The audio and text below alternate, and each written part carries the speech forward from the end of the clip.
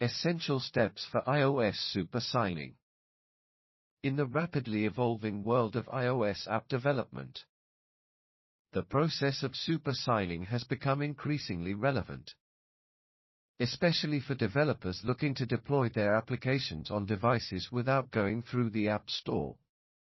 Super signing refers to the technique of signing an app package, APA file, with the developer's credentials and certificates so that it can be installed on devices without being tied to the original developer's provisioning profile. The first step in the super signing process is to gather your resources. You'll need the IPA file that you want to sign, an Apple developer account, and the necessary provisioning profiles and certificates. Make sure you have the latest version of code installed, as it will provide the tools necessary for signing. Once you have all the necessary components, the next step is to prepare your environment. You'll need to set up the correct certificates and provisioning profiles on your machine. This involves downloading your distribution certificate from the Apple Developer Portal and importing it into your keychain. After that, ensure you have the appropriate provisioning profile that corresponds to the app you intend to super sign.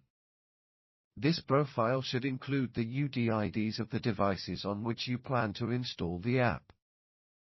The third step is to create a new folder on your desktop and place the IPA file in this folder for easy access. You'll also want to unzip this IPA because it is essentially a compressed file containing all the app's resources. To unzip, simply rename the .ipa extension to .zip and extract its contents. Inside, you'll find an info.plist file alongside the app binary and other resources.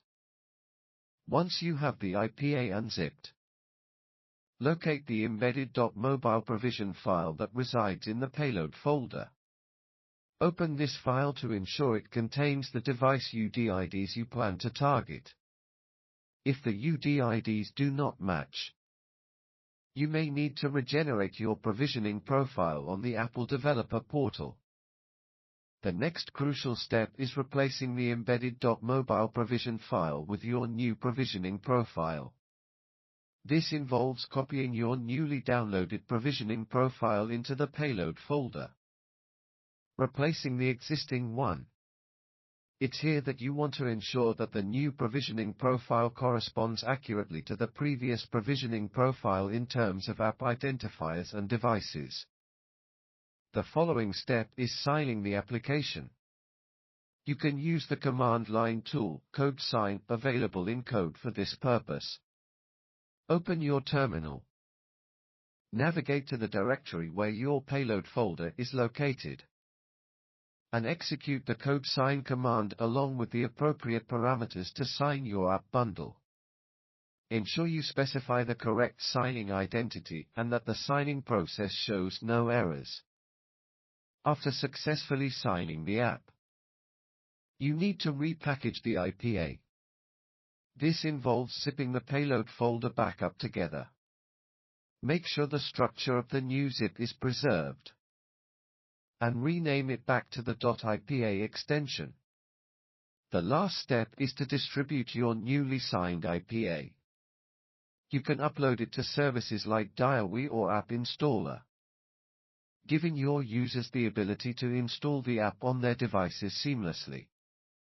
In conclusion, while the super signing process may seem intricate, following these essential steps can simplify the workflow. Always ensure that your certificates and provisioning profiles are up to date and that you maintain proper records of your UDIDs to facilitate easy app distribution. This technique is especially beneficial for developers looking to distribute apps informally or conduct internal testing without dealing with the App Store's constraints. With these steps, you're well on your way to mastering iOS super signing.